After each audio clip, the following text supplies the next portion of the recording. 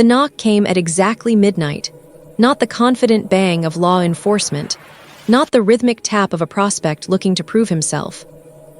This was something else entirely, hesitant, desperate.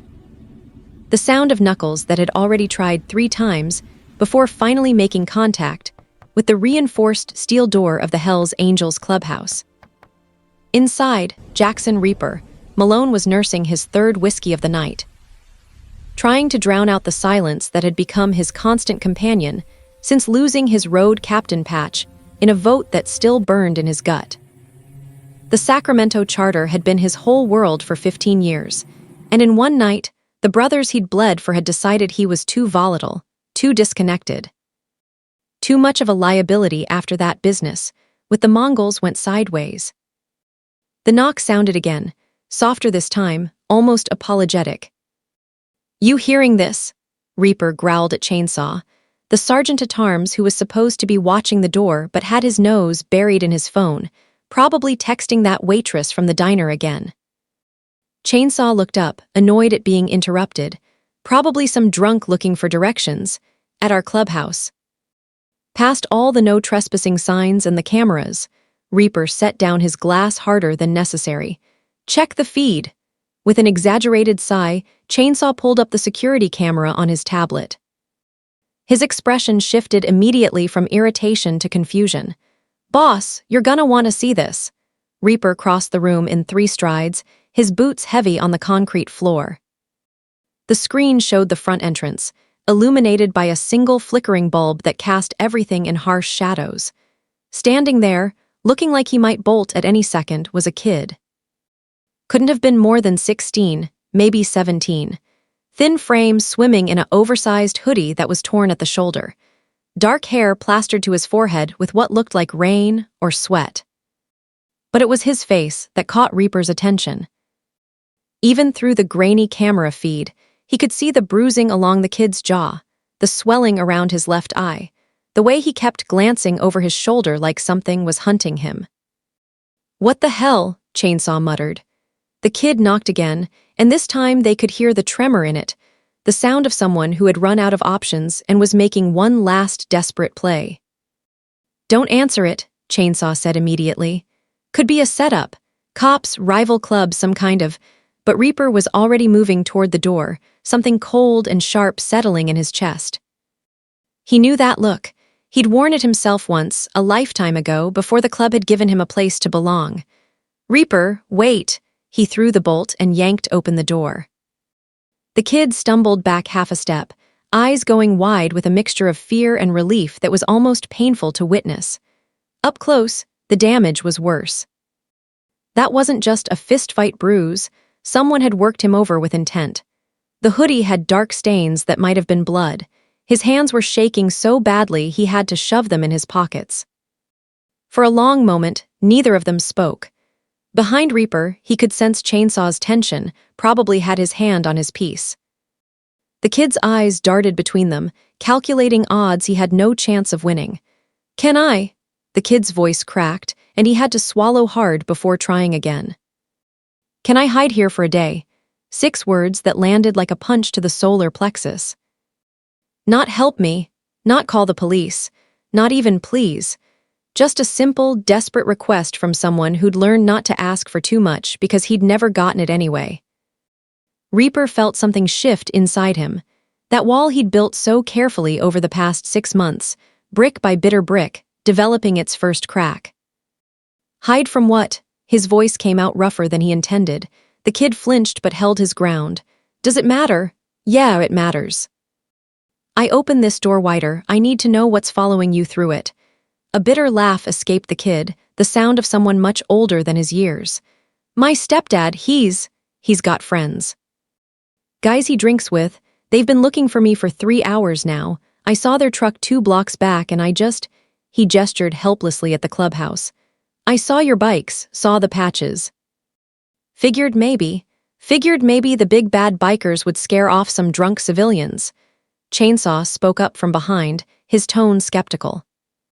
"Figured maybe people who understand what it means to have brothers might understand what it means not to have a father," the kid shot back, and there was steel in his voice despite the fear. My mistake, I'll go.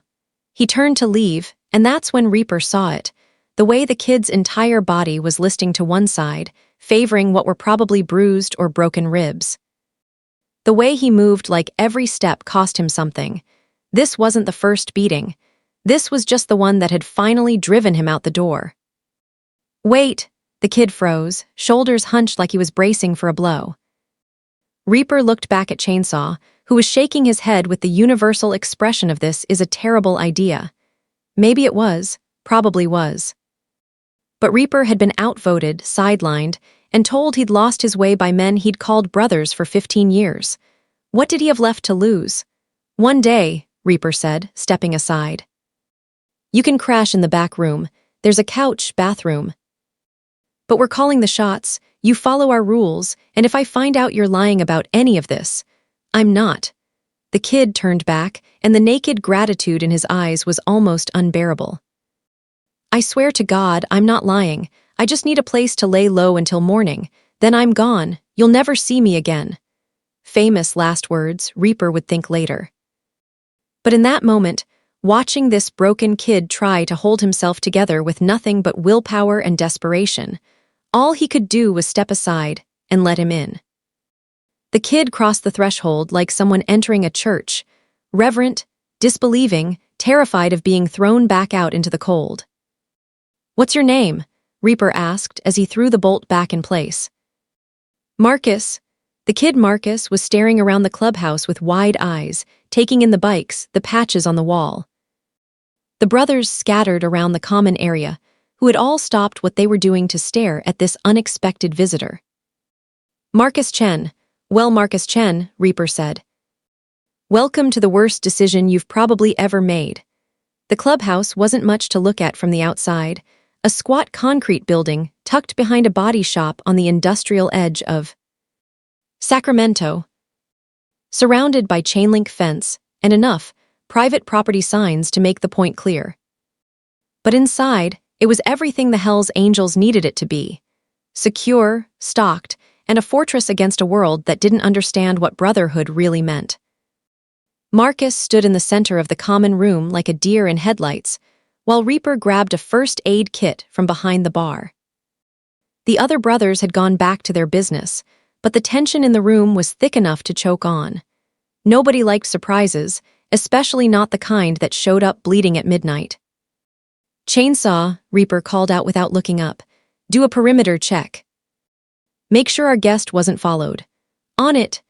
Chainsaw grabbed his cut and headed for the door, throwing Marcus one last suspicious glance before disappearing outside. Sit down before you fall down, Reaper told Marcus, nodding toward one of the worn leather couches that had seen better days sometime in the early 2000s. Marcus sank onto the couch with a barely suppressed groan, and up close, under the harsh fluorescent lights, the damage was even worse than Reaper had thought. The kid's left eye was swollen nearly shut, purple and angry. His lip was split, still seeping blood. When he moved, trying to get comfortable, he pressed a hand to his ribs and went pale. Shirt off, Reaper said, opening the first aid kit on the coffee table. I'm fine. That wasn't a request.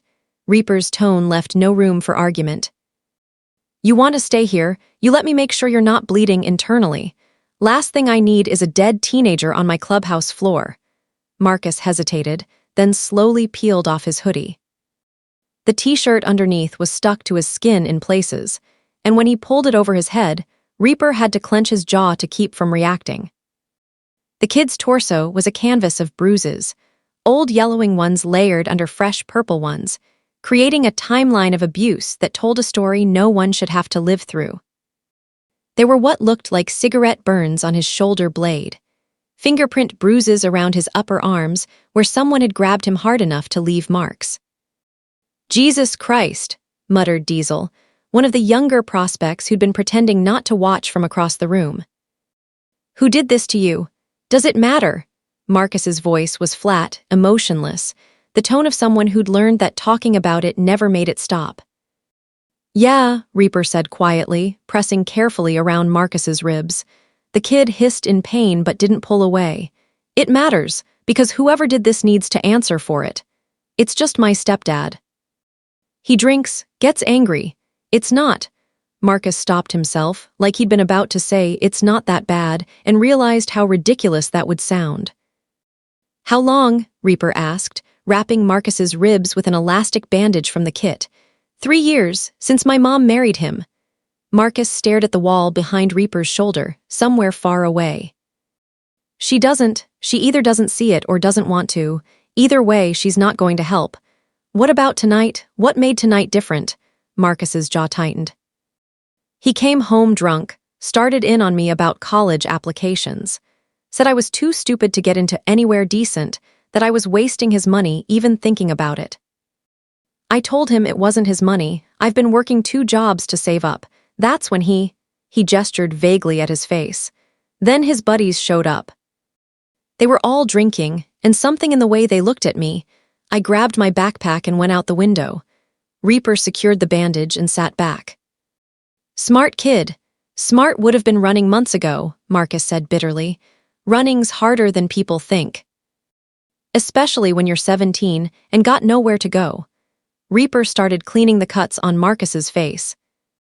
His movements surprisingly gentle for hands that had broken more than their share of bones over the years. How long you been planning this? I wasn't planning anything. I was just trying to survive until graduation. Marcus winced as antiseptic hit the split in his lip. 4 more months and I'd be 18, could leave legally. But tonight you ran out of road. Marcus nodded, and Reaper saw his throat work as he swallowed back what might have been tears or rage or some combination of both. From the door, Chainsaw reappeared. Perimeter's clear, no trucks, no civvies hanging around. Either they lost him or they gave up. They'll be back, Marcus said quietly. Rick, my stepdad, he doesn't give up when he thinks someone disrespected him. And running definitely counts as disrespect. Let them come, Diesel said, with the bravado of someone who'd only been a prospect for 6 months. See how they like dealing with the Hell's Angels. Stand down, Reaper ordered, shooting Diesel a look that made the prospect snap his mouth shut. This isn't club business. Kid just needs a place to crash. But even as he said it, Reaper knew it was a lie. The moment he'd opened that door, the moment he'd let Marcus step over the threshold, it had become his business. Not the club's his. And that distinction mattered, especially now when the club had made it clear he was barely hanging onto his patch as it was. Marcus fell asleep on the couch almost immediately, exhaustion and adrenaline crash pulling him under like a riptide. Reaper threw a blanket over him and retreated to the bar, where Chainsaw was waiting with 2 fresh whiskeys. You know this is gonna cause problems, Chainsaw said without preamble. Yeah, Reaper took the offered glass. Blade's not gonna like you making executive decisions without running it by him first. Blade lost the right to dictate my decisions when he took my road captain patch. The words came out more bitter than Reaper intended. And he chased them with whiskey. Chainsaw studied him for a long moment. That's what this is about. Some kind of point you're trying to prove. This is about a kid who needed help and didn't have anywhere else to go. Bullshit. Chainsaw leaned against the bar. His voice low enough that it wouldn't carry to the sleeping teenager. You've turned away plenty of people in worse shape than that kid. Homeless guys looking for a meal, women running from bad situations. Hell, you once told a single mom with 2 kids that were not a charity when she came begging for help after her ex cleaned out their bank account. Reaper remembered that. Remembered the look on her face when he'd closed the door. Remembered feeling like shit about it for weeks, even though it had been the right call. The club couldn't be responsible for every hard luck story that wandered through, so why was this different? I saw something in him, Reaper said finally. Recognition, maybe. That look in his eyes, I've seen it before. Where? In the mirror, long time ago before I found the club. Chainsaw's expression softened slightly. Not many people knew about Reaper's past, about the years before he'd earned his patch. He kept that chapter locked down tight, buried under 15 years of brotherhood and blood. You thinking he could prospect? I'm thinking he needs to make it to tomorrow morning first. After that, Reaper shrugged. Kids smart enough to find this place, brave enough to knock on the door, and tough enough to still be standing after the kind of beating that would put most grown men on the ground. That's worth something. Or it's a trauma response and you're projecting your own shit onto a teenager who just needs someone to call CPS. Reaper shot him a look. Since when do you care about CPS? Since you started acting like you've got something to prove after losing your patch. Chainsaw's voice had an edge now. Look, I get it, you're pissed. You think the club turned its back on you after that mess with the Mongols. But taking in strays isn't going to fix what's broken between you and Blade. This isn't about Blade. Everything with you has been about Blade since he got elected president, and you didn't. The truth of that statement hung in the air between them like smoke. Reaper had wanted the presidency, had expected it even after years as road captain, after putting in the work, after bleeding for the charter. But the brothers had chosen Blade instead, younger, cooler-headed, better at the politics that Reaper had always found exhausting. The loss had stung, still stung if he was being honest. But this, Marcus showing up at midnight with nowhere else to go, this wasn't about settling scores or proving points. This was about something simpler and more complicated at the same time. This was about being the person Reaper wished someone had been for him, back when he was the one bleeding in the dark. Before we continue with Marcus's story, and trust me, you're not going to believe what happens next with the club, I want to know where all of you are watching from. Are you tuning in from the States? Europe, somewhere else entirely? Drop your location in the comments below. And if you're invested in seeing how this story unfolds, how Reaper and Marcus navigate what's coming, hit that subscribe button. This is just the beginning, and I promise you'll want to see where this road leads. Now let's get back to the clubhouse, because morning is coming, and with it, consequences that neither Reaper nor Marcus could have anticipated. Reaper didn't sleep. He told himself it was because someone needed to keep watch, make sure Marcus's stepdad and his drinking buddies didn't show up looking for trouble. But the truth was more complicated than that. He sat in the corner of the common room, nursing coffee as the sky outside slowly shifted from black to deep purple to the pale gray of pre-dawn, and watched Marcus sleep. The kid was restless even in unconsciousness, twitching, sometimes making small sounds of distress that suggested his dreams were no kinder than his waking hours. Around 5 a.m., the clubhouse started coming to life. First came Wrench, the club's mechanic, who always arrived early to get a jump on whatever bike work was waiting in the shop. He spotted Marcus on the couch and raised his eyebrows at Reaper in a silent question. "Long story," Reaper said quietly. "Tell you later." Wrench nodded and headed through to the shop, wise enough not to press. Next came Blade. The club president looked exactly like his name suggested. Sharp, lean, with eyes that could cut through bullshit at 50 paces. He was younger than Reaper by 5 years, which somehow made the whole presidency situation sting even more. At 42, Blade wore his power like a second skin, comfortable and confident in ways that Reaper had to admit, if only to himself, he'd never quite managed. Blade spotted Marcus immediately. His expression didn't change, but Reaper saw the subtle tension in his shoulders, the way his jaw tightened almost imperceptibly. "Office," Blade said, his voice quiet but carrying the unmistakable weight of an order. "Now," Reaper stood, joints protesting after hours in the uncomfortable chair, and followed Blade into the small room at the back of the clubhouse that served as the president's office. The door closed with a soft click that somehow sounded louder than a slam. "Explain," Blade said, crossing his arms and leaning against his desk. So Reaper did. He laid out the whole thing, the midnight knock, the visible injuries, the kid's story about his stepdad. He didn't embellish, didn't try to justify, just gave Blade the facts and waited. When he finished, Blade was quiet for a long moment, his expression unreadable. "You know this is against protocol," he said finally.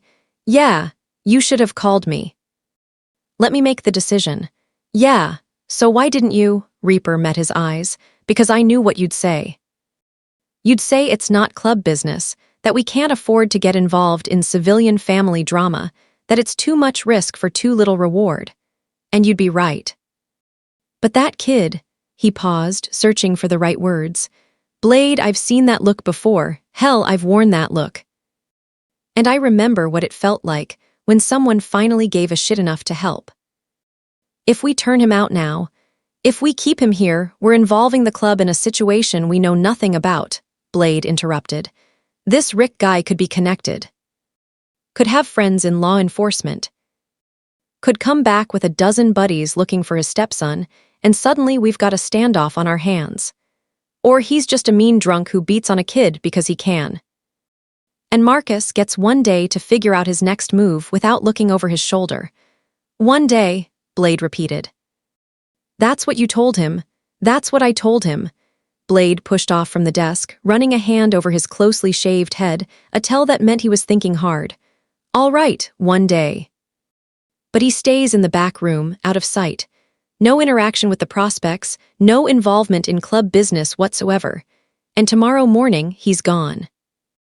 We point him toward a youth shelter or social services or whatever, but he's not our problem anymore. Clear, clear. And Reaper, Blade's voice stopped him at the door. Next time you want to play hero, run it by me first. You're already on thin ice after what happened with the Mongols. I'm trying to keep you in this club, but you're not making it easy. The words stung precisely because they were true. Reaper nodded stiffly and left the office, closing the door behind him with more control than he felt. When he returned to the common room, Marcus was awake. The kid was sitting up on the couch, looking even worse in the harsh morning light, face swollen, eyes hollow with exhaustion and pain. But he was alert, watching Reaper approach with the wariness of someone who'd learned to read danger in body language. You can stay, Reaper said without preamble. One day, like we agreed. But you stay in the back room, keep out of sight, don't talk to anyone unless I tell you to. Relief crashed over Marcus's face like a wave. Thank you, I mean it, thank you. Don't thank me yet. We still gotta figure out what you're gonna do tomorrow. Tomorrow, I'll figure something out. I always do. But the words sounded hollow even to Marcus, like a promise he'd made too many times to believe anymore. Reaper gestured toward the back hallway. Come on. I'll show you where you can clean up. There's a shower, some spare clothes that might fit. You hungry? Starving, Marcus admitted, then looked embarrassed. I haven't eaten since yesterday morning. Then we'll fix that too. But first, Reaper stopped at the entrance to the hallway, turning to face Marcus. I need to know something. Truth, no bullshit. Is your stepdad gonna come looking for you here? Marcus considered the question carefully. I don't know, maybe, if he figures out where I went, but he's not. He talks big, but he's a coward. He only goes after people who can't fight back. If he sees the bikes, sees the patches, he'll probably back off. Probably isn't good enough. It's the best I can give you. Marcus met his eyes, and there was something old in that gaze. Something that had been forced to grow up too fast. I'm sorry I brought this to your door. I didn't know where else to go. And there it was again, that crack in Reaper's carefully constructed walls, widening just a little bit more. Yeah, well. You're here now, might as well make the most of it. The back room was small and sparse, just a couch, a chair, a mini fridge, and a door leading to a cramped bathroom. It had been used over the years as temporary crash space for brothers passing through, a place to sleep off hangovers, a quiet spot when the common room got too loud. Now it was Marcus's sanctuary, at least for the next 24 hours. Reaper found some clothes in a storage closet, jeans that would be too big, a t-shirt, a hoodie without any club insignia. While Marcus showered, Reaper went to the kitchen area and threw together a plate of eggs, toast, and bacon. Nothing fancy, but solid and filling. When Marcus emerged, clean and dressed in the borrowed clothes, he looked younger somehow, more fragile without the armor of dirt and blood. The bruises stood out in stark relief against his now clean skin, a roadmap of violence that made Reaper's hands clench into fists. Eat, Reaper said, sliding the plate across the small table in the back room. Marcus ate like someone who wasn't sure when his next meal would come, quickly, efficiently, barely tasting the food. Reaper had seen that before too, had done it himself back in the day. So, Marcus said around a mouthful of eggs, then swallowed and tried again. How long have you been in the club? 15 years. Joined when I was 25. What made you want to join? Reaper leaned against the doorframe, considering how much to share. I was looking for a family, found one. Must be nice.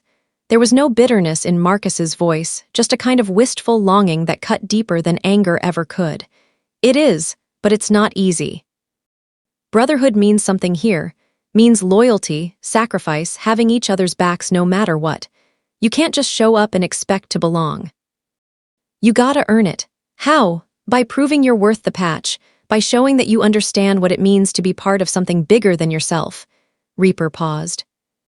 You ever been part of something like that? A team, a group, anything where people counted on you? Marcus shook his head. Not really. I played basketball freshman year, but I had to quit to take a job. Needed the money. School never felt like I belonged there, you know. I was just going through the motions, trying to stay under the radar. What about friends? Had some, lost most of them when Rick came into the picture. Hard to have people over when you don't know if your stepdad's gonna be drunk and mean. The picture Marcus was painting was achingly familiar. Isolation, survival mode. Going through life without any real connections, because connections meant vulnerability and vulnerability got you hurt. What are you good at? Reaper asked suddenly. Marcus looked surprised by the question. What? You heard me, what are you good at? What do you do that makes you feel like you're not just going through the motions? Marcus set down his fork, thinking, I'm good with numbers, math and stuff. I can fix things, electronics mostly. Taught myself how to build computers, repair phones. There's a shop downtown that lets me do repairs under the table for cash. Smart. Necessary, Marcus corrected. College isn't gonna pay for itself. You still planning on going? After everything, I have to. For the first time since arriving, Marcus's voice held something other than fear or resignation. It held determination. It's the only way out. The only way to make sure I never end up like Rick, never have to depend on someone who treats me like garbage. I've got a 4, I've been studying for the SATs. I've saved up almost $10,000. 4 more months and I'm free. Except you're not gonna make it 4 more months if you go back home. The determination flickered and died. I know, so what's the plan? I told you. I'll figure something out. That's not a plan, that's hope, and hope doesn't keep you safe. Marcus's jaw tightened. Then what do you suggest? I don't have family. I don't have friends who can take me in. I'm 17, which means shelters will call CPS, and CPS will try to send me back home or put me in the system, and either way I lose any chance of graduating on time, keeping my grades up. Getting into college, you could stay here. The words were out before Reaper fully realized he was going to say them. Marcus stared at him. What? Not permanently, Reaper clarified quickly, his mind racing to catch up with his mouth. But longer than 1 day, until you figure things out. Graduate turn 18s, get into college, whatever you need.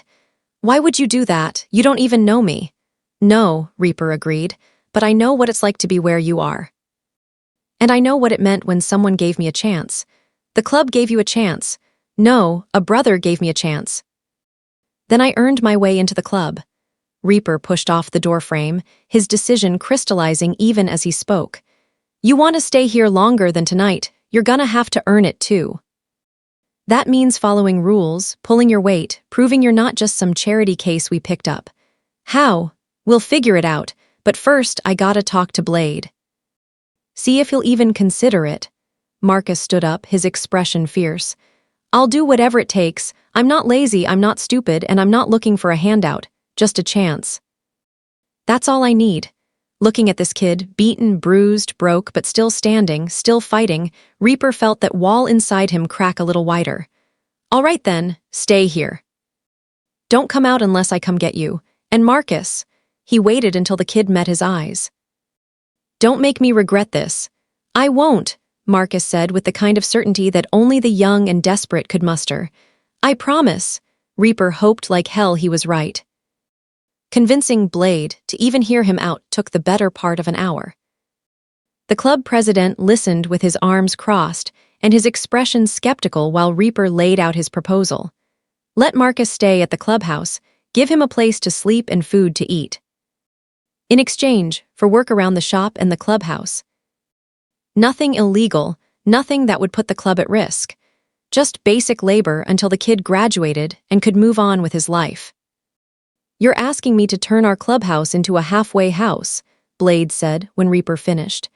I'm asking you to give a kid a shot at a future. He's smart, he's tough, and he's got nowhere else to go. That's not our problem. It could be our opportunity. Reaper leaned forward, trying to make Blade see what he saw in Marcus. Think about it. Kids good with electronics can do repairs.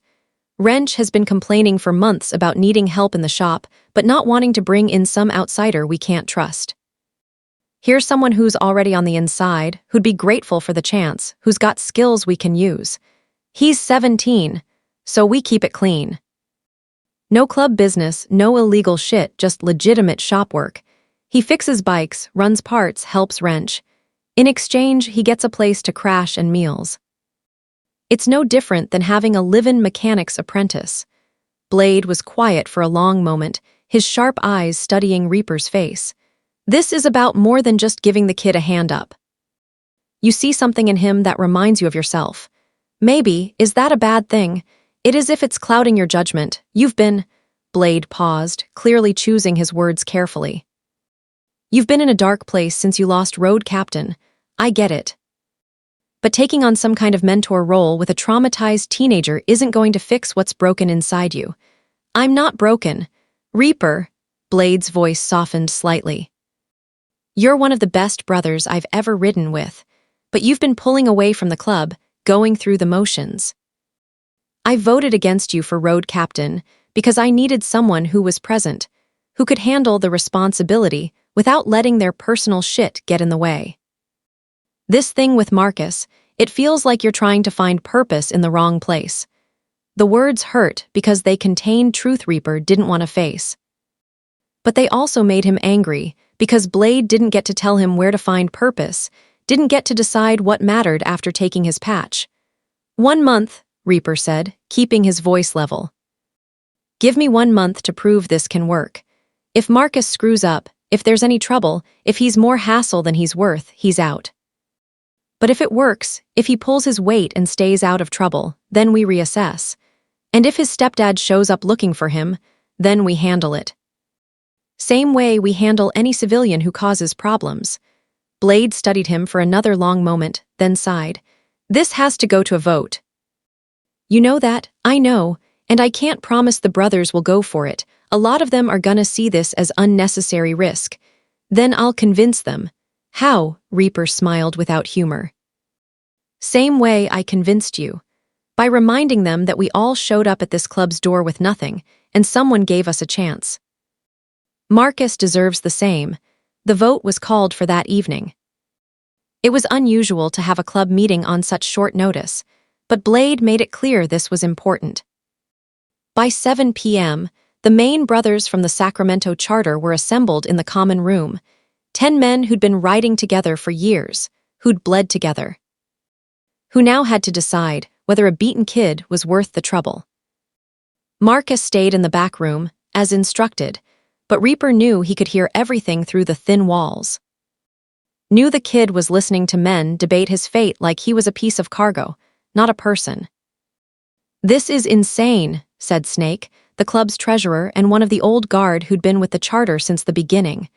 We're not a charity, we're not social services. We're the Hell's Angels, for Christ's sake.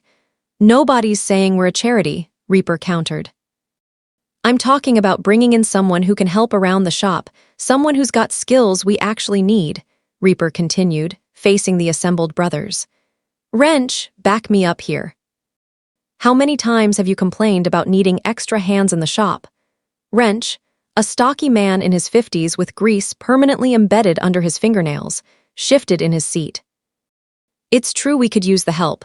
Got a backlog of bikes that need work and I'm only one person, but taking in some random kid, he's not random, I've talked to him.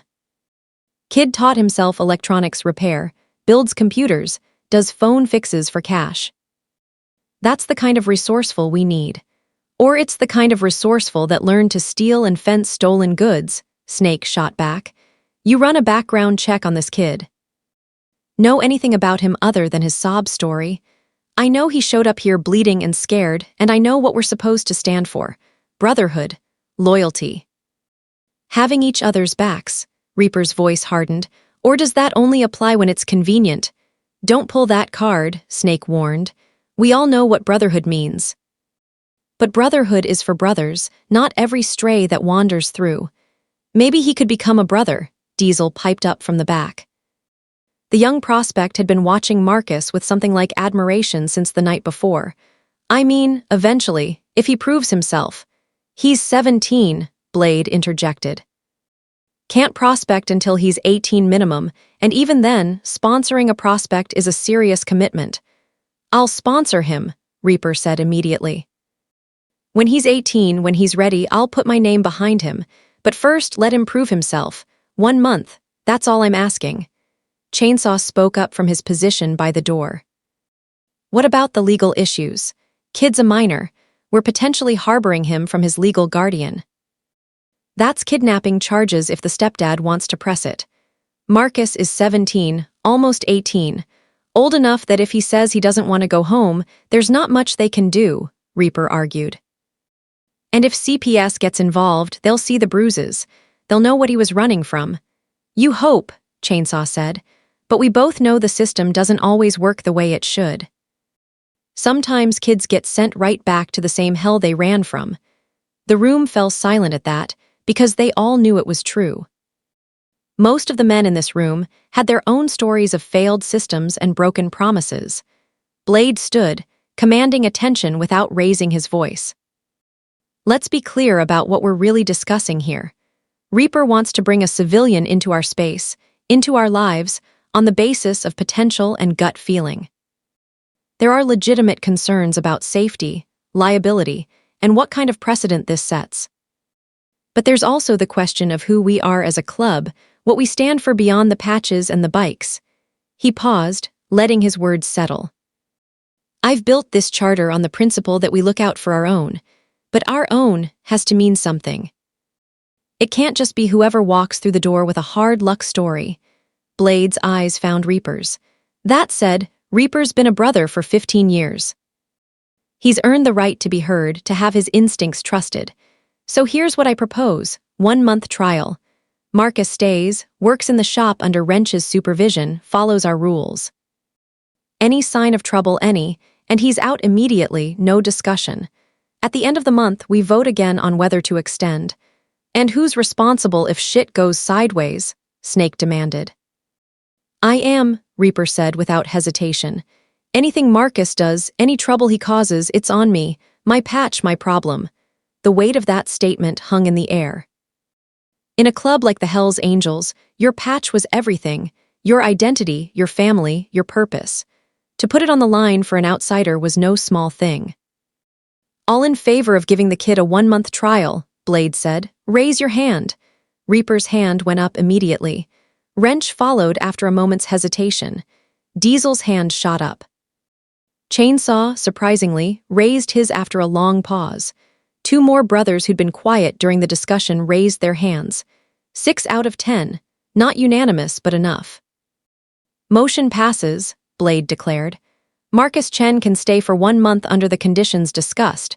Reaper, he's your responsibility. Wrench, you're in charge of finding him work in the shop and making sure he earns his keep. Everyone else, this kid is under our protection while he's here, which means he's off limits for harassment or hazing. We clear, nods around the room. Meeting adjourned. As the brothers dispersed, some heading for the bar, others to their bikes, Reaper felt a hand on his shoulder. It was Chainsaw. You better be right about this kid, Chainsaw said quietly, because if you're not, it's your ass. I know. Do you? Chainsaw's voice was serious. Because from where I'm standing, you just bet everything you have left in this club on a teenager you met 12 hours ago. Yeah, Reaper agreed. I did. He headed toward the back room, toward Marcus, toward whatever came next, and for the first time in 6 months, felt something other than emptiness where his purpose used to be. Marcus looked up when Reaper entered, his face a mixture of hope and dread. The kid had clearly heard everything, the arguments, the vote, the conditions. "So," Marcus asked, his voice barely above a whisper, "you can stay 1 month to prove yourself. After that, we vote again." The relief that washed over Marcus's face was profound, almost painful to witness. "Thank you, God, thank you." "I won't let you down, I swear." "Save it," Reaper interrupted, but not unkindly. "Thank me by showing up and doing the work. Wrench runs the shop. Tomorrow morning, 6 a.m., you report to him. He'll teach you what you need to know about motorcycle maintenance and repair. You listen, you learn, you work hard." "Understood, understood. You're gonna be living here, which means you follow house rules. No drugs, no alcohol, no bringing people back here without permission. You keep your space clean, you pull your weight with chores, and you stay the hell out of club business. You see something, hear something, you forget it. We clear, crystal clear, and school. You're still going to school, still keeping up your grades. Education's your ticket out of here eventually, so don't screw it up." Marcus nodded vigorously. "My backpack has my textbooks. I can study in the evenings after work." "Good." Reaper leaned against the doorframe, studying this kid who'd somehow become his responsibility. "This ain't gonna be easy, Marcus. Some of the brothers aren't happy about you being here. You're gonna have to prove yourself every single day. One screw-up, one moment of attitude or laziness, and you're done." "I understand. I'll prove myself. Whatever it takes." The determination in Marcus's voice reminded Reaper of himself at that age, desperate, driven, willing to do whatever it took to escape the life he'd been born into. "All right then. Get some rest. Tomorrow starts early and Wrench doesn't go easy on newbies." "Reaper," Marcus called as he turned to leave. "Why are you doing this, really?" Reaper paused, considering the question. He could give the easy answer, that he saw potential, that the club needed help, that it was the right thing to do. But Marcus deserved honesty.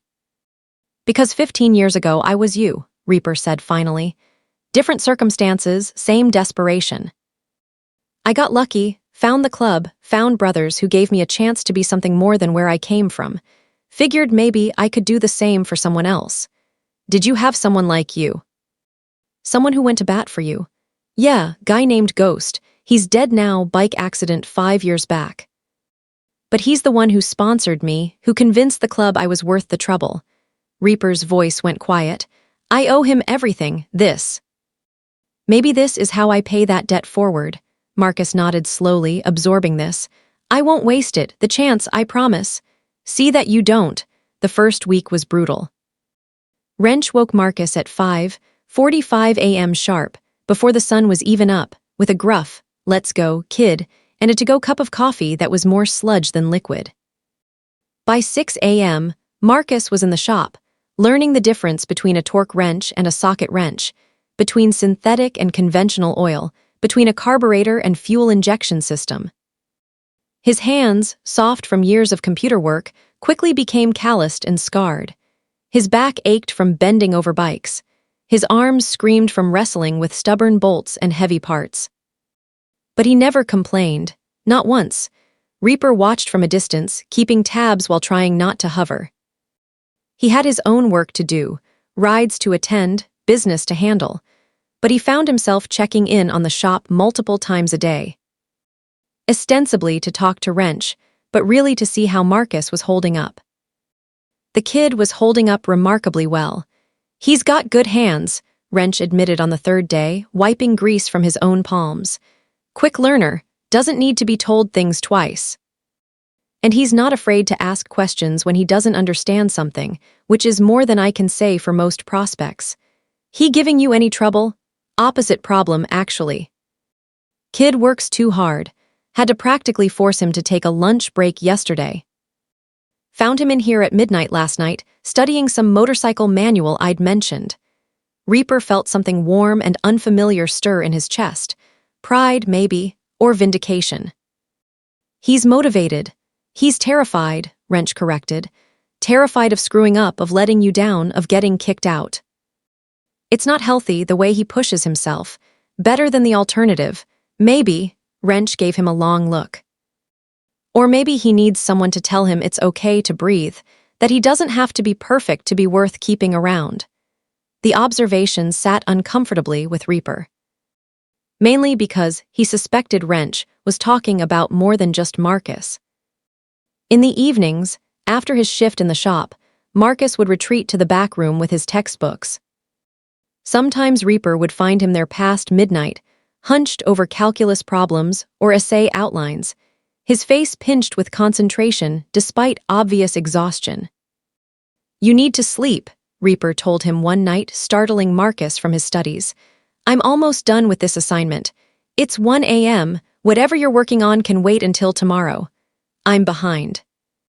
Missed 3 days of school already. Because you were recovering from a beating, teachers will understand." Marcus's laugh was bitter. "You don't know my teachers. They don't care about reasons, just results. If my grades slip, I lose my shot at scholarships. If I lose my shot at scholarships, you end up stuck," Reaper finished. "Yeah, I get it. But you're not gonna make it 4 more months if you burn yourself out in the first week." Marcus set down his pencil, rubbing his eyes. "I don't know how to not push. It's all I've ever done. Push harder, work longer, be better. That's how you survive." "That's how you survive alone," Reaper said, pulling up a chair. "But you're not alone anymore. You got people here who have your back. That means sometimes you can ease off the gas, trust that someone else will help carry the load." "I don't know how to do that." "Yeah, well, neither did I when I first joined the club. Took me years to learn that asking for help wasn't weakness, that letting people in didn't mean they'd use it against you." Marcus studied him in the dim light. "But you did learn it eventually." "Eventually," Reaper agreed. "Still working on it if I'm being honest. Brotherhood's complicated. You spend so long building walls to protect yourself, learning to let someone over them feels like jumping off a cliff. Is that why you helped me? Because you're trying to learn how to let people in?" The question was far more perceptive than Reaper had expected. "Maybe partly. Or maybe I helped you because the wall I built to keep pain out also kept out everything else. Purpose, connection, the feeling of mattering.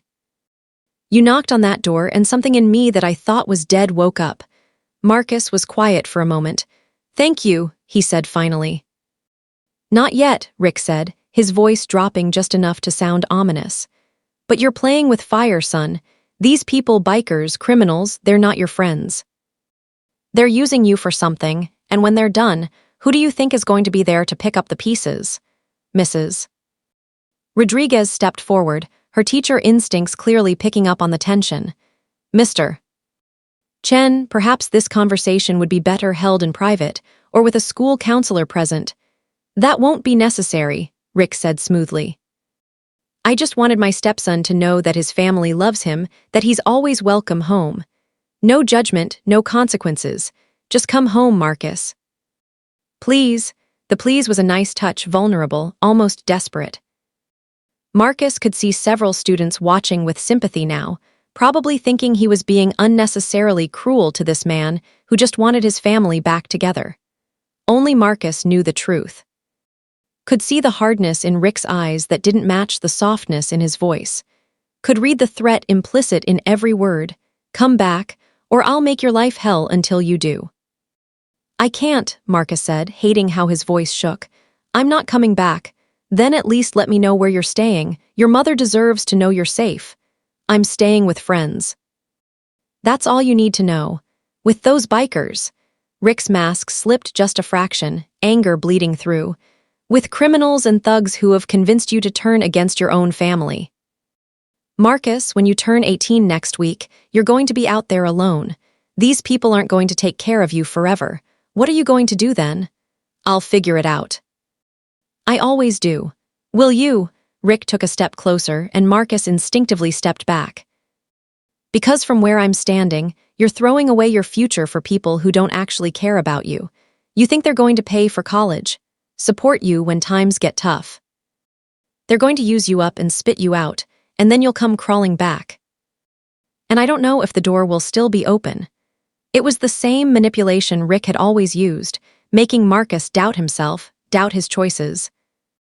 Doubt that anyone could actually care about him, without ulterior motives.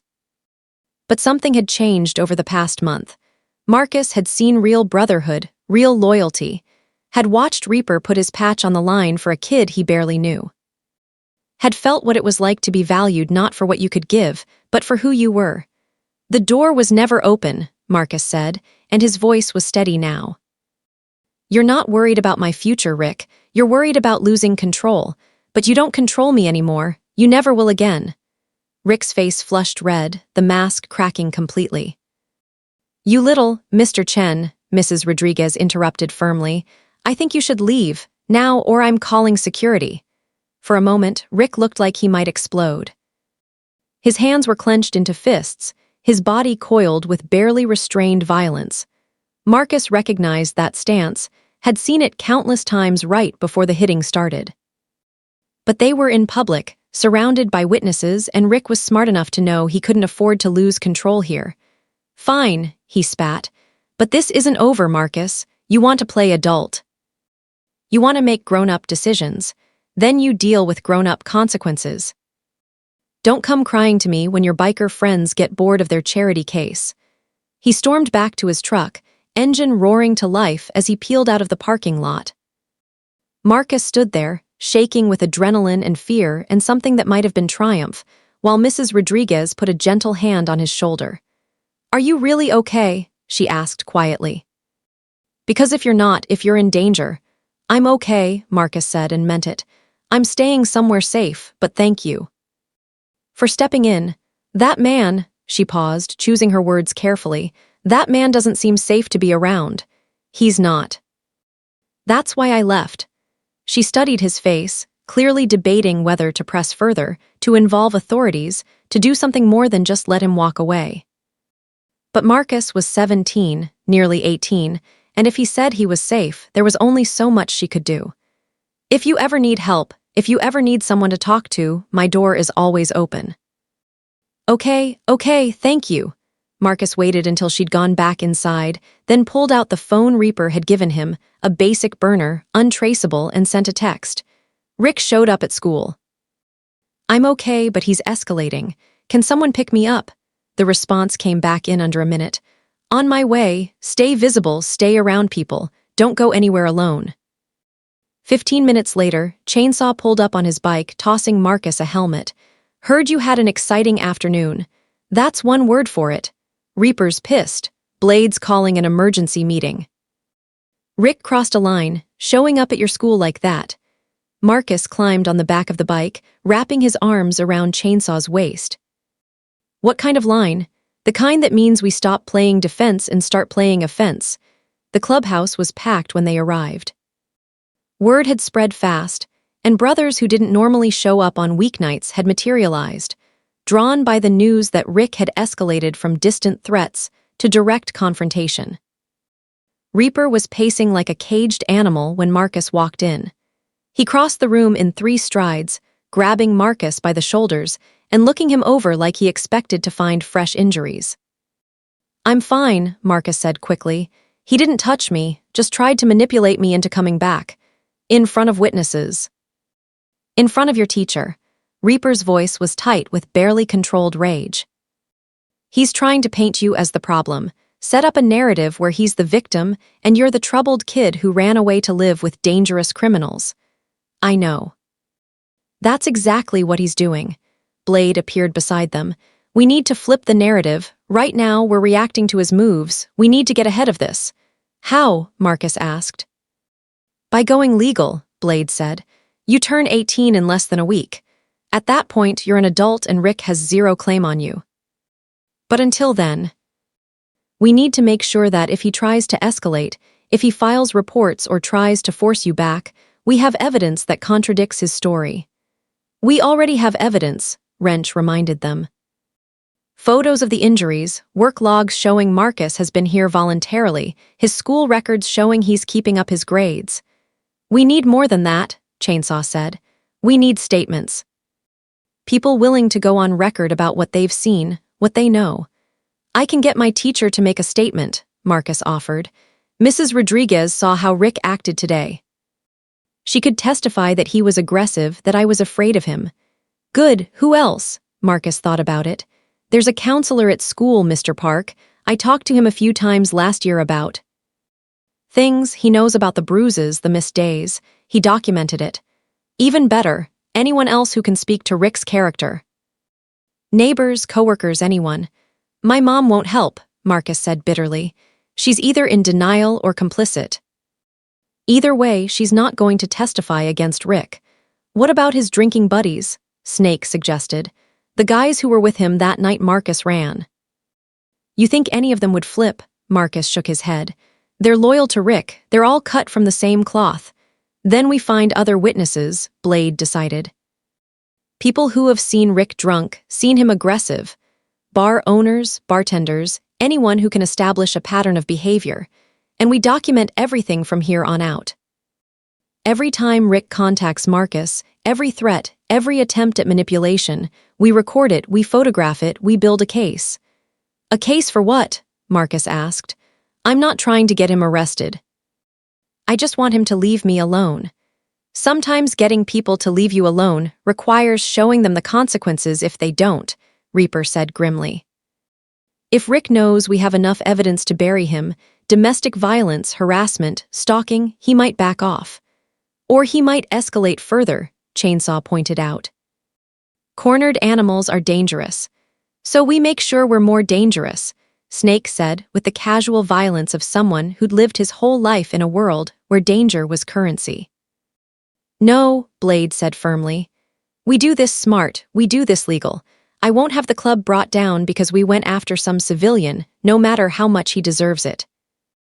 We protect Marcus, we build our case, and we wait him out. 6 days until Marcus is 18.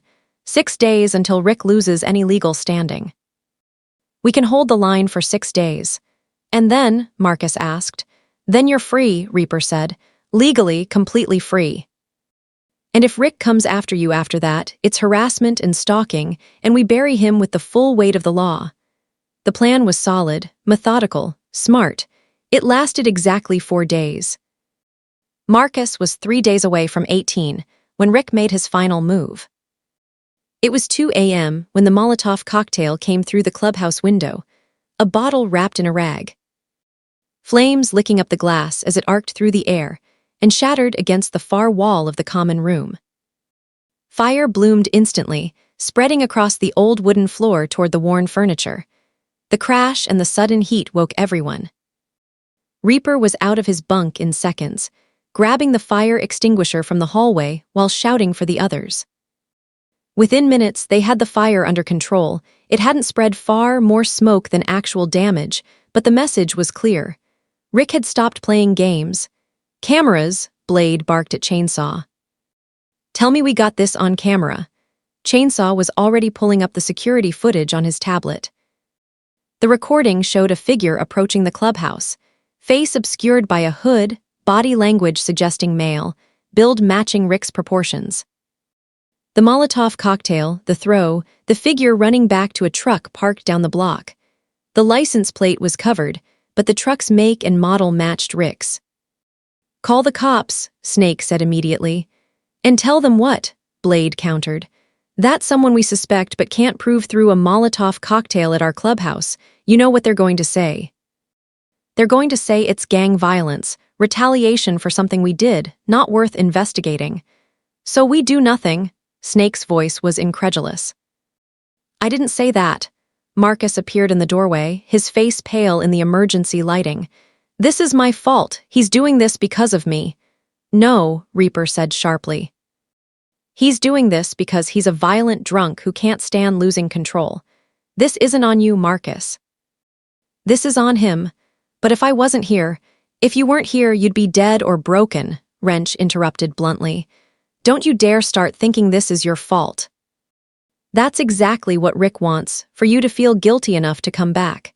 He's not going to stop, Marcus said, and there was a strange calm in his voice. He's going to keep escalating until someone gets hurt. Maybe I should just... Don't. Reaper grabbed his arm. Don't you dare finish that sentence. You're not going back to him. Not now, not ever. Then what do? We can't just wait for him to burn the place down. The room fell silent, all eyes turning to Blade. The president stood in the center of the smoke-damaged common room, his expression carved from stone. "We end this," Blade said finally.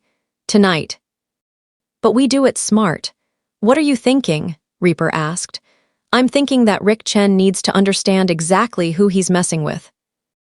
And I'm thinking that sometimes the only way to make someone understand is to speak their language." Blade pulled out his phone. "Chainsaw, I need you to find out everything about Rick. Where he works, where he drinks, who he owes money to, what skeletons are in his closet. Wrench, check the cameras. See if we can get a clearer shot of that license plate or any identifying features. Snake, call our lawyer, see what our legal options are for a restraining order based on this attack." "And me?" Reaper asked. Blade looked at him, then at Marcus. "You two are staying here. We're not giving Rick any more chances to get to Marcus. 3 more days until he's 18. We can hold the fort for 3 more days." "That's a defensive strategy," Reaper protested. "You just said we're going on offense." "We are, but Marcus is your responsibility, and your responsibility right now is keeping him safe. Let the rest of us handle Rick." It was both a protection and a rebuke, Blade keeping Reaper out of the direct action. Not trusting him to keep his cool if he came face to face with the man who'd terrorized Marcus. And maybe Blade was right. Maybe if Reaper saw Rick, he wouldn't be able to restrain himself. But watching the other brothers mobilize, watching them prepare to defend Marcus while he stayed behind like a babysitter, felt like another way he was being pushed to the sidelines. Like his judgment was still being questioned, his instincts still not fully trusted. "Fine," Reaper said tightly. "We'll stay here." The next few hours were tense. Brothers came and went, bringing information, making plans. Rick worked at a warehouse, had a history of bar fights, owed money to several people around town. He'd been fired from 2 previous jobs for showing up drunk. His truck had been involved in a hit-and-run 3 years ago that had never been solved. Slowly, a picture emerged of a man who was one bad decision away from serious consequences. All they had to do was give him the push. Around dawn, Blade returned with Chainsaw and Snake, looking grimly satisfied. "It's handled," Blade announced. "Rick Chen received a visit from some concerned citizens. We showed him our evidence of the arson attempt, camera footage, witness statements, the works. We explained that we could turn this evidence over to the police, or to his employer, or to several people he owes money to who might be interested to know he's spending his cash on Molotov cocktails instead of paying his debts. And," Reaper prompted. "And we made him an offer. He leaves Marcus alone, completely alone, no contact, no threats, no showing up anywhere Marcus might be, and we keep this evidence to ourselves. He violates that agreement, and we burn his life down legally. Every DUI, every assault, every shady thing he's ever done becomes public knowledge." "You think he'll honor that?" Marcus asked quietly. "I think he's a bully and a coward," Blade said. "And bullies back down when they realize they're not the biggest threat in the room. Plus, we made sure he understood that if anything happens to you, anything at all, we'll know exactly who to blame. And at that point, legal protection won't be enough to save him from what we'll do." Marcus absorbed this, his expression complicated. "You threatened him. We promised him consequences," Blade corrected. "There's a difference. We didn't touch him, didn't threaten violence. Just made it very clear what the stakes are. Will it work? For 3 days? Yeah, I think it will. After that, you're 18 and he's got no claim on you anyway. By then, this'll be ancient history." Reaper wanted to believe it was that simple, wanted to believe that Rick would slink back to his hole and leave Marcus alone. But men like Rick, men who beat kids and threw Molotov cocktails, they didn't always respond rationally to threats. Sometimes they escalated, sometimes they snapped. But for now, as dawn light filtered through the smoke-damaged windows, and the brothers started the work of cleaning up and repairing, there was a sense that maybe, just maybe, they'd bought enough time for Marcus to reach the finish line. 3 more days until 18. 3 more days until freedom. March 15th dawned clear and cold, the kind of morning where the Sacramento air had a bite to it that would burn off by noon. Marcus woke in the back room of the clubhouse to find a small pile of gifts outside his door, nothing fancy, just tokens from the brothers. A new leather jacket from Wrench, properly fitted this time. A set of professional tools from Chainsaw. A watch from Snake with an inscription on the back, "Time to build your future." And from Reaper, a journal with a note tucked inside. Write your own story from here on out. Marcus sat on the edge of the couch, surrounded by these offerings from men who'd become more than just his protectors over the past months. And felt something crack open in his chest, something that had been locked down tight for so long he'd forgotten it was there. Hope, belonging, the feeling that maybe, just maybe, he'd found his way home. Reaper knocked on the open door, 2 cups of coffee in hand. "Happy birthday, kid." "Thanks." Marcus accepted the coffee, cradling it like it could warm more than just his hands. "I can't believe I made it. I never doubted you would." "Liar," Marcus said, but he was smiling. "You doubted it plenty.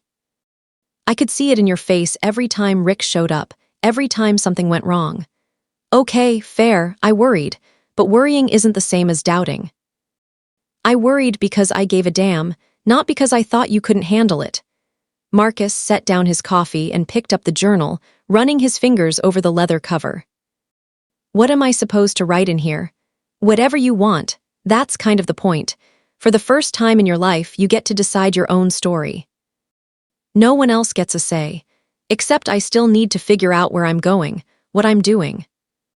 College starts in the fall, but I don't have housing yet, don't know how I'm paying for books, don't." "Marcus," Reaper interrupted gently. "One thing at a time. Today you're 18. Today you're legally free. That's enough for right now." But it wasn't enough, not really, and they both knew it.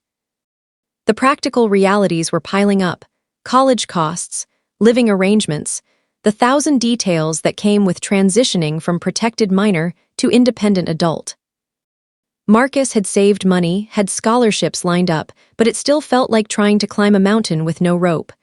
"There's something else," Reaper said after a moment. "The club's been talking. About you, about your future, and we want to make you an offer." Marcus's stomach tightened. "What kind of offer?"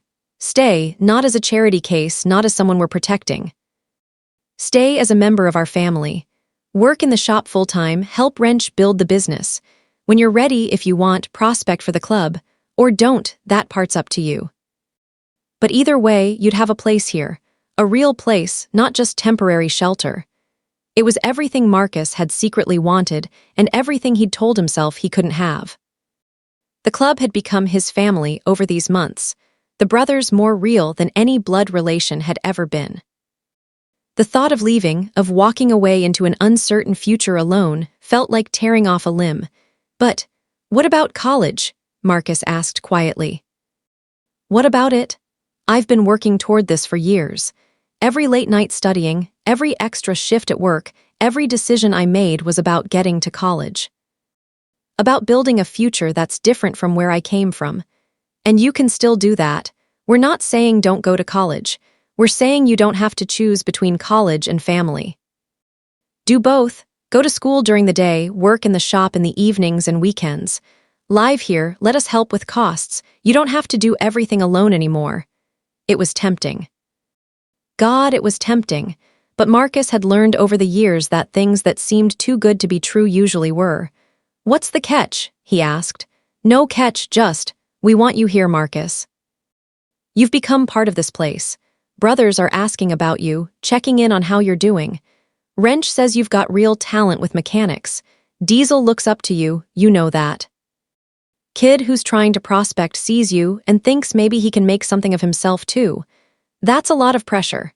Welcome to having people give a damn about you," Reaper said with a slight smile. "It comes with expectations, but also with support. You don't have to figure everything out alone." Marcus looked down at the gifts, at the journal that represented a blank page, and felt the weight of choice pressing down on him. For so long, his path had been clear because it was the only path: survive, escape, build something better.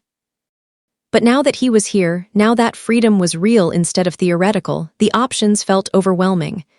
"Can I think about it?" Marcus asked. "Course, take all the time you need."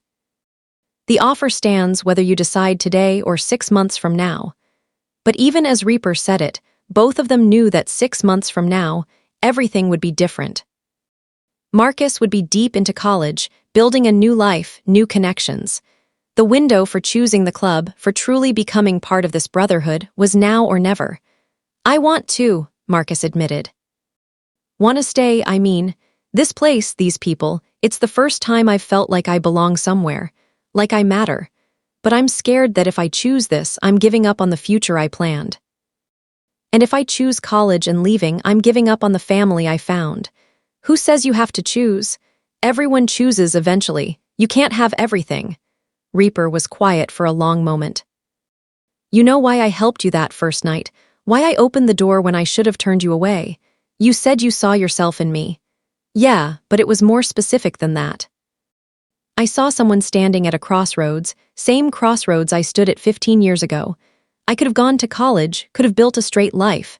I was smart enough, had the grades. But I chose the club instead, chose brotherhood over a degree. And I've never regretted it. This life gave me everything that matters. But sometimes I wonder who I might have become if I'd chosen different. So you're saying I should choose college, choose the straight life. I'm saying you don't have to be me. You can be someone better, someone who gets both. The education and the brotherhood, the degree and the family. It'll be harder, juggling both worlds, but that doesn't mean it's impossible." Marcus absorbed this, hope kindling in his chest. "You really think I can do both? Kid, you survived 3 years of abuse while maintaining a 4 and working 2 jobs.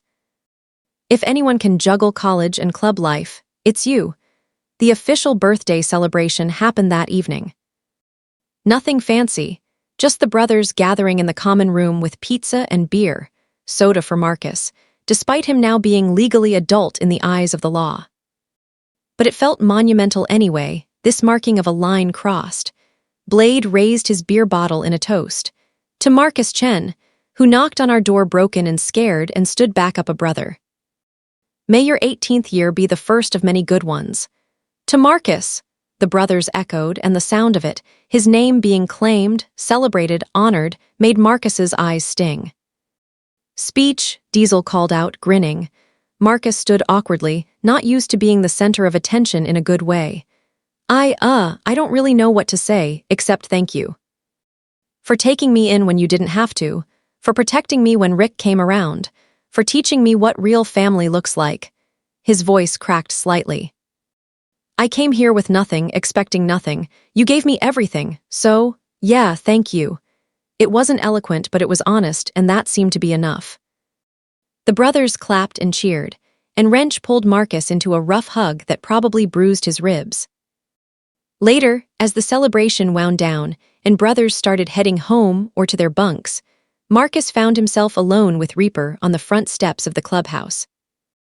The night was clear, stars visible despite the city lights. "I've decided," Marcus said suddenly. "Yeah, I'm staying and going to college, both." "Like you said, I can do both." Reaper smiled, and it was the real smile, the one that transformed his whole face from harsh angles to something warm. "Good." "That's good, Marcus.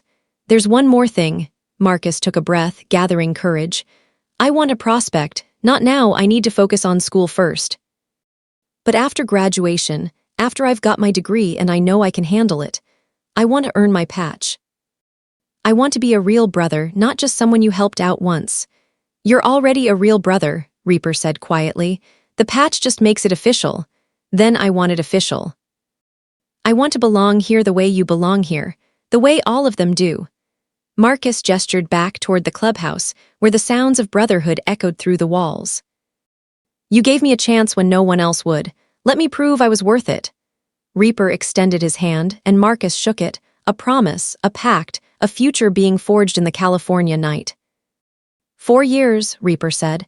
"You get your degree, you keep your grades up, you learn everything Wrench can teach you, then we'll talk about prospecting. Deal." "And Marcus," Reaper's voice softened. "I'm proud of you, just so you know." It was possibly the first time anyone had ever said those words to Marcus and meant them. The first time pride felt like something he'd earned, rather than something being withheld as punishment for not being good enough. I won't let you down, Marcus promised. I know you won't. 4 years later, Marcus Chen crossed the stage at UC Davis's graduation ceremony. His name called out to a crowd that included his real family, not the mother who'd chosen her husband over her son, but the brothers who'd chosen him when he had nothing. Reaper was there in the front row, Wrench beside him, both of them slightly uncomfortable in dress shirts, but refusing to miss this moment. Chainsaw had taken the day off work.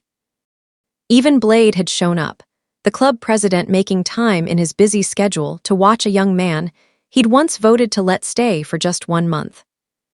The degree in mechanical engineering felt solid in Marcus's hands, proof that he'd done it, that he'd juggled both worlds and come out the other side stronger.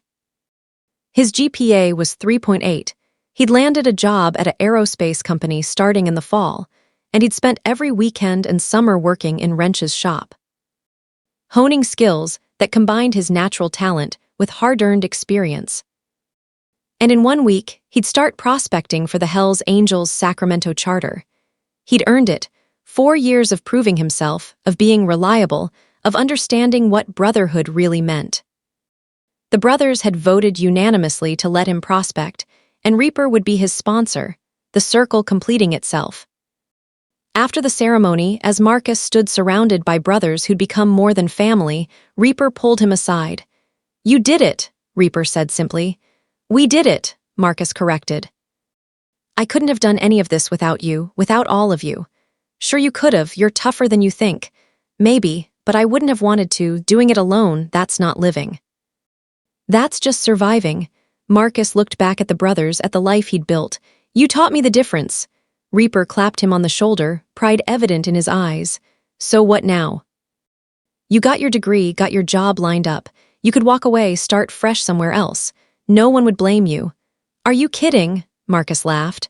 "I've been waiting 4 years for this. 1 week until I prospect. 1 year until I earn my patch, if I'm lucky. This is just the beginning, Reaper." "Not the end." "Good answer." They walked back to join the celebration, to the brothers who'd gathered to honor one of their own, and Marcus felt the weight of his past finally lifting. Rick was a distant memory, neutralized years ago by a combination of legal pressure and the clear understanding that touching Marcus meant dealing with the Hells Angels. His mother had reached out once, a year ago, but Marcus had let that call go to voicemail. Some bridges were better left burned. This was his family now. This was his future. And for the first time in his life, that future looked bright. So there you have it, Marcus Chen's story, from that desperate midnight knock to graduation day and beyond. From broken teenager to college graduate to prospect in the Hells Angels, all because one man chose to open a door when he didn't have to. I want to hear from you. What part of this story touched your heart the most? Was it Reaper's transformation from isolated to purposeful, Marcus finding his strength and his family, the brotherhood rallying to protect one of their own? Drop your thoughts in the comments below. And if you loved this story, if it made you feel something real, hit that subscribe button. I've got more stories like this one, tales of redemption, unexpected salvation, and the families we choose when blood fails us. Next time, we're diving into the story of a veteran who finds purpose in the most unexpected place. You won't want to miss it. Until then, ride safe, look out for your brothers, and remember, sometimes the bravest thing you can do is knock on a door and ask for help. You never know who might be waiting on the other side, ready to change your life. Thanks for watching. See you in the next one. Just for letting me stay, but for seeing me. Most people look at me and see a problem or a victim, or just another kid. You looked at me and saw someone worth fighting for. You are worth fighting for, Reaper said gruffly, uncomfortable with the emotion in Marcus's voice. Now get some sleep. That's an order, Marcus smiled, the first genuine smile Reaper had seen from him, and closed his textbook. Yes, sir. The trouble came on day 9. Reaper was in the clubhouse common room when Chainsaw burst through the door, his expression grim. We got company. Guy in a pickup truck just pulled up outside, asking about a teenage boy. Says he's looking for his stepson. Every nerve in Reaper's body went on high alert. Where's Marcus? Shop with Wrench, keep him there. Don't let him see what's happening. Reaper stood, his hand instinctively checking for the knife he always carried. How many people in the truck? 3 that I could see. Driver matches the description Marcus gave of his stepdad.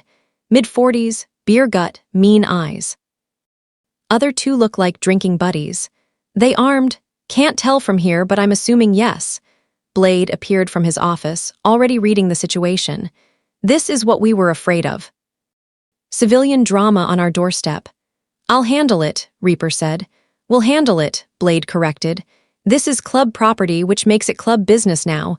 But Reaper, you take the lead. He's your responsibility. They walked out together, Reaper, Blade, Chainsaw, and Snake, who'd appeared from somewhere with his hand resting casually on his belt. Close to where Reaper knew, he kept a pistol. The message was clear. They were presenting a united front. The pickup truck was idling outside the fence, engine running like the driver was ready to bolt at any second. Through the windshield, Reaper could see exactly what Chainsaw had described. A man who looked like he'd spent more years in bars than outside them. With 2 buddies, who had the same worn-down look of people, who'd never quite figured out how to make anything of their lives. Rick Chen, because it had to be him, killed the engine and climbed out of the truck when he saw them approaching. His buddies stayed in the vehicle, suddenly looking a lot less confident now that they were facing 4 Hell's Angels instead of one scared teenager. Help you with something? Blade asked, his voice polite but cold. Yeah, actually. Rick tried to project confidence, but Reaper could see the tremor in his hands, smell the alcohol on his breath even from several feet away. I'm looking for my stepson, Marcus Chen. 17 years old, Asian kid, about 5'8". Someone said they saw him heading this direction a week ago. Lot of people come through this area, Blade said neutrally. Can't say I've noticed anyone matching that description. Look, I don't want any trouble. Rick held up his hands in a gesture that was probably meant to be placating, but came off as nervous. The kid's got problems, mental health stuff, you know. He ran off without his medication. His mother and I are worried sick. It was a good lie, Reaper had to admit. Almost believable if you didn't know the truth. Paint the kid as unstable, the concerned parent as the victim. But Reaper had seen Marcus's bruises, heard the fear in his voice, and knew exactly what kind of medication Rick was really after. That's rough, Reaper said, stepping forward. But like my president said, we haven't seen anyone like that. Maybe try calling the police. They're usually good at finding missing kids. Rick's eyes narrowed, focusing on Reaper. Funny you should mention police, because calling them would mean filing a report, wouldn't it? And reports mean questions. Questions about who might be harboring a minor without permission. That's a serious crime, you know, could cause a lot of problems for an establishment like this. The threat hung in the air between them. Is that supposed to scare us? Snake spoke up from behind, his voice flat and dangerous. Because it sounds like you're threatening to make trouble on our property, and that's a good way to have a very bad day. Rick's confidence wavered, but he held his ground. I'm just saying, if Marcus is here, if someone's keeping him from his family, there are legal consequences. We could what? Blade interrupted, his voice dropping to a register that made everyone pay attention. Come on to our private property making accusations. Try to intimidate us with vague legal threats. Let me be very clear about something, Mr. Chen. This is Hell's Angels territory. We don't respond well to threats. And we really don't respond well to civilians who show up demanding things they have no right to demand. He's my stepson. He's 17, Reaper cut in. Old enough to make his own choices about where he wants to be. And even if he was here, even if we did know where he was. What makes you think he'd want to go back to someone who drinks their way through the day and uses a kid as a punching bag? Rick's face flushed red, anger replacing fear. You don't know what you're talking about. That kid's a liar. He has bruises that tell a different story than the one you're selling, Reaper finished. But like we said, we haven't seen him. So I suggest you and your buddies get back in that truck and drive away before this conversation gets less friendly. For a long moment, Rick stared at them, calculation clear in his bloodshot eyes. He was weighing his options: press harder and face 4 bikers who'd made their position clear, or retreat and try another approach. Finally, he spat on the ground near Reaper's boots, close enough to be an insult, far enough to maybe avoid retaliation, and turned back to his truck. "This isn't over," he called back over his shoulder. "That kid's gonna have to come out eventually. And when he does, I'll be waiting." They watched until the truck pulled away, disappearing around the corner. Only then did the tension break. "Well, that went about as well as could be expected," Chainsaw muttered. "He'll be back," Blade said grimly. "Maybe not today, maybe not tomorrow, but he'll be back." "Men like that don't let go easily, especially when their ego's been bruised." "Then we'll be ready," Reaper said. Blade turned to face him. "You understand what this means, right? We just drew a line in the sand over a kid who's been here 9 days. That stepdad could cause real problems, call the cops, file complaints, make our lives difficult. All because you vouched for Marcus. I know, and you still think it's worth it." Reaper thought about Marcus in the shop, working until his hands bled to prove he belonged. Thought about the way the kid studied late into the night, driven by dreams of a future beyond the hell he'd been living. Thought about the gradual way the fear had started to fade from Marcus's eyes, replaced by something that looked almost like hope. "Yeah," Reaper said. "I think it's worth it." Blade studied him for a long moment, then nodded. "All right, then we protect him, all of us, but Reaper, if this goes sideways, it's on me." "I know." They headed back inside, where Marcus was waiting by the door with Wrench, his face pale and his eyes wide. "Was that Rick?" Marcus asked, though he clearly already knew the answer. "Yeah, what did he say?" "Doesn't matter what he said, matters that he's gone and you're still here." Reaper put a hand on Marcus's shoulder, feeling the kid trembling beneath his touch. "But we need to talk about what happens if he comes back. Before we get into the plan Reaper and the club put together, I want to hear from you. What do you think is going to happen next? Will Rick come back with more people? Will the club's protection be enough? Will Marcus make it to graduation? Drop your predictions in the comments below, and let me know what you're most worried about in this story. The next chapter is going to get intense, so make sure you stick around to see how this all plays out.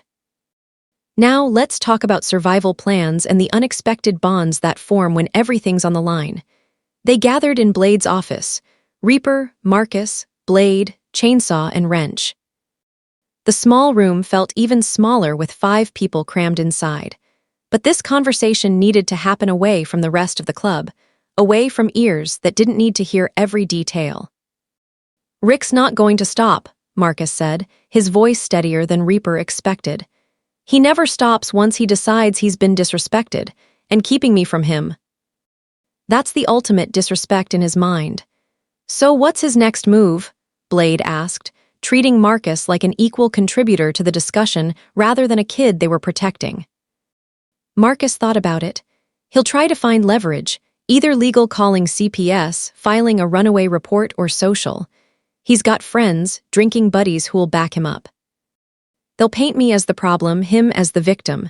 And honestly, most people will believe him. He's the adult, I'm the kid. He's got a sob story about a troubled stepson. I've got, what? Bruises that could be from anything. Photographs," Wrench spoke up. "I took pictures of your injuries that first night, dated, time-stamped. That's evidence if we need it." Marcus looked surprised. "You did. Standard procedure when someone shows up beaten," Wrench said with a shrug. "CYA, cover your ass. Figured if anyone ever accused us of causing those injuries, we'd need proof they were there before you arrived." "Smart," Blade acknowledged. "What else?" "We document everything," Chainsaw suggested. "Marcus's work hours, his school attendance, his behavior. If Rick tries to paint him as troubled or dangerous, we have evidence to counter it." "I can help with that," Marcus offered. "I've been keeping records anyway, attendance sheets from school, work logs, test scores. I've got documentation of my grades, my SAT prep, my college applications. If we need to prove I'm not some troubled runaway, I can do that." Reaper felt that same surge of pride he'd felt watching Marcus in the shop. The kid wasn't falling apart or dissolving into panic. He was strategizing, contributing, thinking like someone who'd learned to fight back with whatever weapons were available. The legal angle worries me, Blade admitted. If Rick files a report and the cops show up with a court order, we can't just refuse to hand Marcus over. So we make sure they don't have grounds for a court order, Reaper said. Marcus is 17, almost 18. He's not being held against his will. He's here voluntarily, working, going to school. If CPS gets involved, we cooperate fully, show them he's in a safe environment, that he's thriving here. Will they see it that way? Marcus asked quietly. Or will they just see a kid living in a biker clubhouse and decide that's inappropriate regardless of the circumstances? It was a valid concern. The Hells Angels didn't exactly have a reputation that inspired trust from social services. Then we get ahead of it, Blade decided.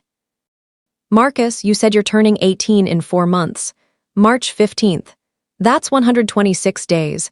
We keep you safe and out of sight until then. You're legally an adult at 18. At that point, Rick has zero claim on you.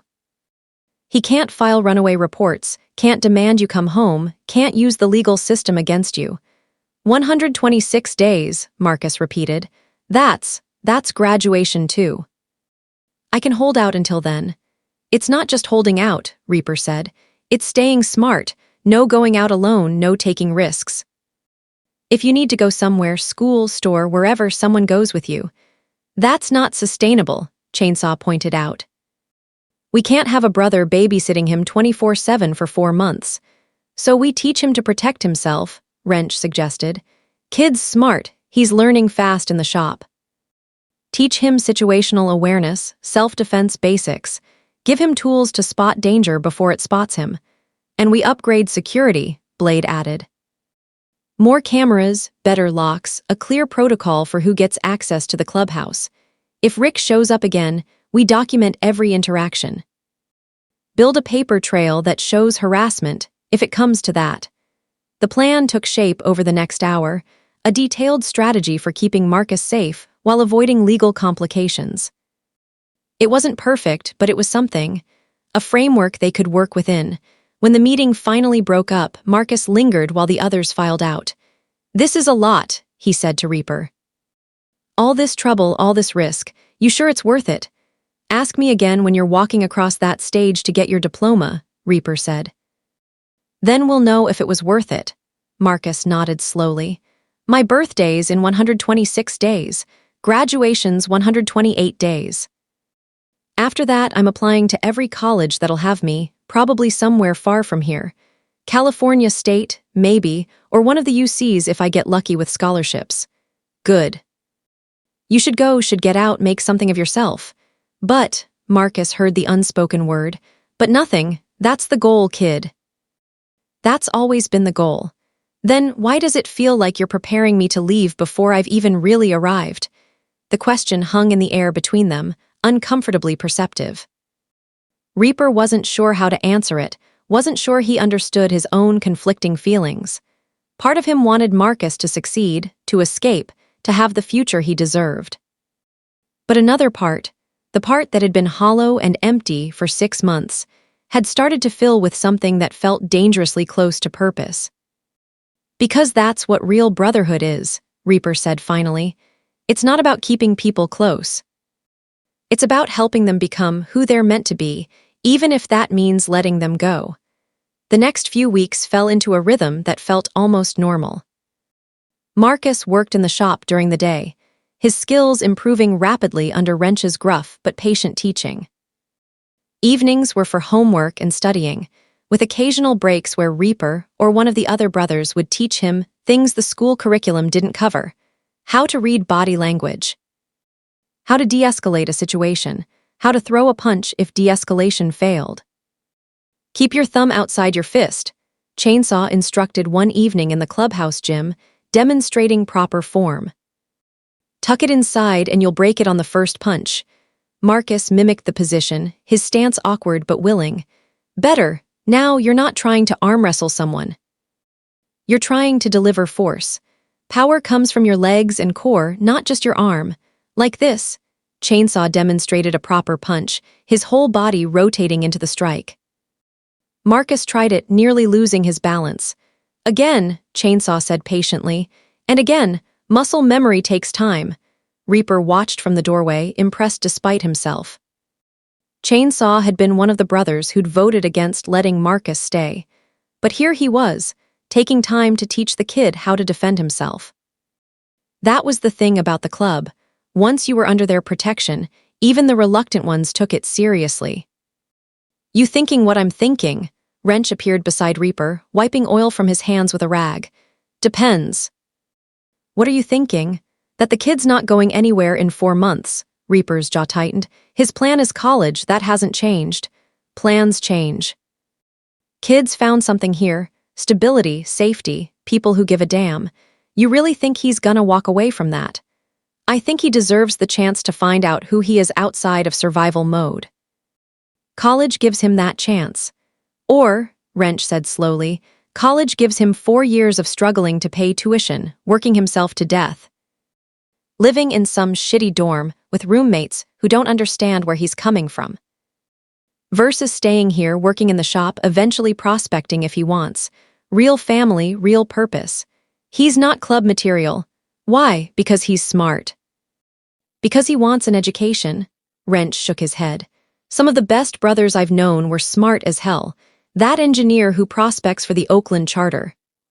That lawyer who rides with San Francisco. Being intelligent doesn't disqualify someone from brotherhood. It's not about intelligence, it's about giving him options. If he stays here, he's choosing this life because it's familiar, because it's safe. If he goes to college, experiences something different, and then decides to come back, that's a real choice. And if he leaves and never comes back," Reaper didn't have an answer for that. Or rather, he had an answer but didn't want to examine it too closely. That the thought of Marcus leaving, of losing this purpose he'd found, felt like losing something he hadn't even known he needed. "Then I'm happy for him," Reaper said finally. "That's what success looks like." Wrench didn't look convinced, but he let it drop. 2 weeks before Marcus's 18th birthday, Rick made his second appearance. This time he didn't come to the clubhouse. He was smarter than that. Instead, he showed up at Marcus's school. Marcus was walking out after his last class, backpack slung over one shoulder, when he spotted the familiar pickup truck in the parking lot. His stomach dropped, and for a moment he froze, calculating distances and exits like prey spotting a predator. Rick was leaning against the truck, arms crossed, watching students stream out of the building. Waiting. Marcus turned to go back inside, but Rick had spotted him. "Marcus, hey, buddy." "Over here." The cheerful tone was all wrong, loud enough to attract attention, friendly enough that anyone listening would think this was a normal interaction between stepfather and stepson. Marcus knew better. This was a performance, and he was trapped as the audience. Several students had stopped to watch. Marcus's history teacher, Mrs. Rodriguez, paused near the entrance, her expression concerned. "Everything okay, Marcus?" she called. Before he could answer, Rick was crossing the parking lot, that false smile plastered on his face. "Thanks for looking out for him, ma'am. Kid's been giving us a scare lately, ran off a few weeks back, been staying God knows where. We've been worried sick." "I'm fine," Marcus said loudly, backing toward Mrs. Rodriguez. "I'm staying somewhere safe." "Safe?" Rick's voice carried hurt and confusion perfectly. "Buddy, I don't know what you think you're running from, but your mom and I just want you home. Whatever happened, whatever I did to upset you, we can work it out. Family's family, right?" It was masterful manipulation. To anyone watching, Marcus looked like an ungrateful teenager rebelling against a concerned parent. Rick looked like the victim, hurt and confused by his stepson's rejection. "You know exactly what you did," Marcus said, but his voice came out weaker than he intended. "I know I've been working a lot, maybe wasn't around as much as I should have been, but that's no reason to run off with." Rick paused delicately. "Well, I won't say it in front of your teacher, but you know who I'm talking about. Those people you've been staying with. Marcus, they're dangerous." "They're not like us. They've never hurt me," Marcus said, and even he could hear how defensive it sounded. "Not."